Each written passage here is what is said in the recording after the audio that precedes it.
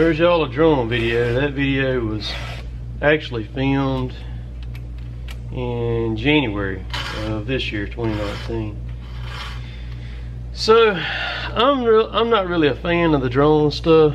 I did get me a brand new drone this week, and filmed with it some yesterday. Some of y'all seen the video that I posted on Instagram with it, and it does a very good job. But the thing about the drone stuff is it takes more time to film it, and it also takes more time to edit it and everything. And the two problems with drone stuff that I don't like is in the editing process, you have to either do a voiceover or you have to put music with it, and I really don't like either one of them, especially not music playing for that long. But it is what it is. So anyhow, and that same day was the same day that Derek actually hit that drone. I actually got that on film, but I guess when it hit it, when the tree hit it, when he was throwing the tree down and it hit the drone, it didn't save it to the card. So I don't have it. I thought I did till I pulled the card out of it. I guess it was yesterday out of that drone, and was looking at it and checking it. So anywho, I was hoping I had that, but I don't.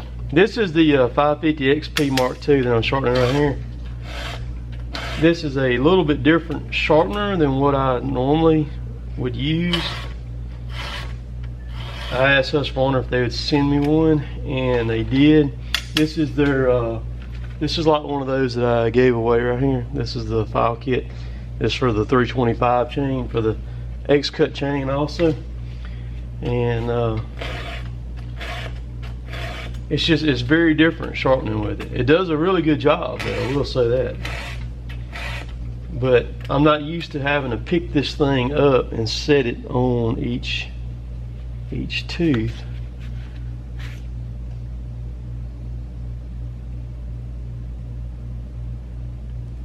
I can't tell if I got that one or if I skipped that one right there. I can't even tell. Let me hit this one right here. But so I get my chains. I believe I skipped it. Oh well, if I didn't, it's fixing to get it twice, and that's not good. But okay, you can look at the video and tell whether I did or not.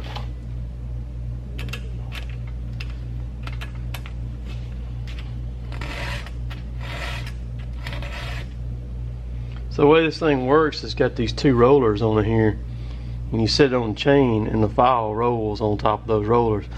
The trick to it is you got to keep the file level where it's touching both of those rollers. And it's also got a depth gauge on it for the rakers on it that you can hang it on a tooth. And it comes with a flat file right here, a fine flat file where you can keep your rakers in check. It's got a softwood and a hardwood setting on the rakers, which when I'm fooling with the rakers or the drags, you can call them either one. I mean, it doesn't really matter. I think the technical term on them is rakers, but they rake or drag does the same thing, doesn't matter. I do it completely by feel is what I do, and I don't recommend doing that unless you've got, you know, a lot of saw experience, not just saw experience, but just a feel for the chainsaw. And because I've actually seen these gauges right here, people use these gauges, and like this raker right here, if I put it on this raker on the softwood side, it's actually protruding up a little bit. And I think if you were to file that raker down to where it was flush with the top of that gauge, I've seen them where they'll bite a lot harder. And I do it completely on feel. I don't use a gauge or anything, but you do have that option right there for for that. So typically, going back to the drone videos, y'all tell me what you think about it. Historically, my drone videos do not get the views like what I would like for them to, and they don't do as well. So there's been a lot of people hollering about drone videos, wanting them, and so there you go. You got your wish. So I will be filming some more, but I wish I knew why the drones. I don't know if it's because it's not like a point of view type of thing or what, but let me know down below your thoughts on it, and if you liked it or you didn't like it. The music, man, you can't. I mean, the music, that's so aggravating, because I could literally spend hours in there digging through music files trying to find music that's non-copyrighted stuff. And even the video that I put on, it was 1 minute long, that I put on Instagram today of flying a drone, the new drone here at the house. I put some copyrighted music with it and put it on Instagram, and then it went back to Facebook too. And you know, I got a nasty little email from both Instagram and Facebook, both about that, and which she ain't gonna make no money off of Facebook, nor and I wasn't gonna put that video on YouTube either. But it's kind of a little bit, it's more work to it to fool with the drone videos, a lot more work to it to fool with them. And then on top of that, the drones are not cheap either. But the drone that y'all watched, the video that y'all are watching, y'all just got through watching, was a DJI Phantom 2. So it's an older drone, got it brand new. I forget what year it was. I think of 2015, I believe, January 2015. And that was the newest thing there was the Phantom 2 Vision Plus. And what I got now is a DJI Mavic Pro 2 Zoom is what it is. So and I'll have a link listed to it in my Amazon stuff. So there again, appreciate all y'all watching my stuff and everything. So we'll catch y'all later. Later, Tiger. Right, so one other thing too, after I do a tree job, I like to, the week after I do it, go ahead and take my saws and get them back ready to go. I'll take them, sharpen them up, and then I'll take and gas and oil them up and clean the air filters on them, knock them out, and then that way when I pick them up to go do the next job, whenever that might be, they're ready to rock and roll. Or if we have a storm come through or anything like that, I'm ready to go. It's not no getting them ready. I just go, grab them and go. So I just thought I'd share that. I want to show y'all here, I hadn't done anything to it other than just pull the air filter out of it and clean it, and which wasn't very much in it. That the little fines right there was all that was in it. But look at how clean the saw is in here. The jug, cylinder, everything's clean. There's hardly any fiber in there. And I have no mercy on these saws either. I run the absolute hair off of these things when I'm running, and feed the wood to it. This bar and chain was brand new, and I run several tanks of gas through this saw this past weekend.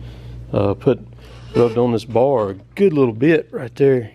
That stuff running with it. One of the only complaints, or one of the only things that I'm not crazy about on the saw, is the dog right here. I wish this dog did not protrude out so far right here. And the reason why is because I'm running a 20-inch bar on this thing, and a lot of times when you're undercutting something, when you're coming up from the bottom with it, and you got the saw, say you're cutting a full, basically a 20-inch cut, which let me pull the tape right here. I can get, let me pull it out and get it out there a little better than 20 inches.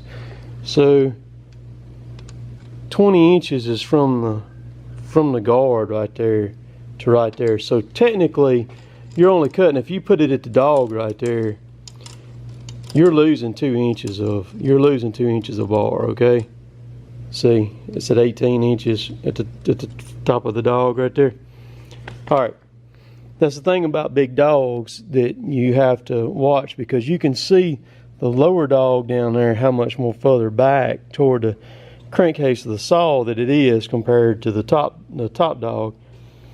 I wish that dog right there was back about 1/4 of an inch, because what happens when you're cutting up, undercutting something, and you're trying to push it to get a full cut on it, and you lean the saw forward and you start cutting up, you end up, or I end up bumping that a lot, and it kind of messes me up. It kind of hangs the saw a little bit as I'm coming up trying to make a full cut with it. See, and that's like these dogs here, these giant dogs on this 572, they look cool as heck. I mean, they make it look, you know, complete beast mode, but you lose. Let's see what you lose on this one here. Man, you lose probably, I bet it's 3 inches or better right there on that one. This is a 24-inch bar right here. This is a 24-inch bar, so if you butt that right there on that dog, see, you've now got just a better than a 21-inch bar, and it started out as a 24. That's what it started out at. See, 24 right there, all the way at the case. And when you add bar to it, you got to add chain to it, and you also add weight to it. These bars weight, they're the longer you go, the heavier they are. Now they make the saw look cool as heck, but you do lose a good bit of your cutting capacity right there. My favorite dogs are these right here. Those right there. That's on a 372, double dogs on it. And you see they're kind of in line up and down. They don't protrude out very much, so you're not losing a lot of your cut on your bar. And the top's not curved on them. Because see, here's a 572 with the big dogs on it right there. See, you're gonna lose, man, that's 3 inches of loss right there too on that. So you just turned a 20-inch bar into actually a 17-inch bar, which you could cut. Both of these saws have 20s on them, but you're gonna get more length out of this bar than you are out of that one because of the dogs right there. So if you're ever playing with saws or wanting to be cool, always keep that in mind on a saw. Now I'm gonna take this one here and sharpen it just a full chisel, and she's not in bad shape, she's good. And I'm also going to hit the rakers on this one. I have not hit the rakers on this one yet, but I'm about to. Just going to touch on one stroke is all, and tighten the chain up too. I'll tell you what we'll do, we'll pull the cover off this thing on camera.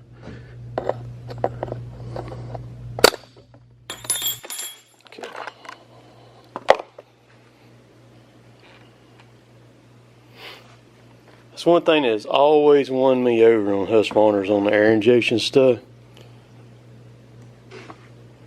I mean, you don't even have to blow it off too before you take the air filter off. Right there. They seal good, the filters do. See, look at that. They seal real good. There's the filter. Right there. It's got some fines in it.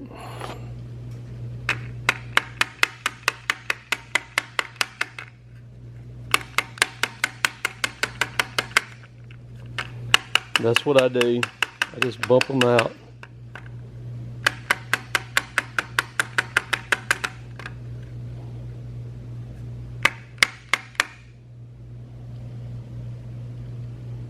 Not bad, not bad. I just wanted to share that with y'all where y'all could see that. So I'm gonna sharpen it and gas and oil it up real quick.